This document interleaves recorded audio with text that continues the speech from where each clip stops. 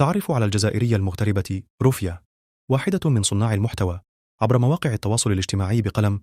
تعد روفيا رحمة بوصوفة رحمة روفيا بوسوفة، شابة جزائرية ناشطة عبر مواقع التواصل الاجتماعي باسم روفيا. وولدت روفيا يوم 19 مارس 1995 بمدينة عنابة، لتنتقل بعدها في سن 10 إلى باريس للعيش هناك وإكمال دراستها، حيث تحصلت على شهادة البكالوريا في تخصص ميك أب بباريس. واشتهرت روفيا رحمة بوصوفة بفيديوهاتها الفكاهية على منصة اليوتيوب، الإنستغرام، التيك توك والسناب شات، بتقديمها محتوى لايف ستايل. وحصدت فيديوهاتها ملايين المشاهدات على التيك توك من أصل 10 ملايين مشاهد، وباليوتيوب على مليون مشاهد. كما تعاقدت مؤخرا مع شركة وي إيفنتس للإشهارات بفرنسا.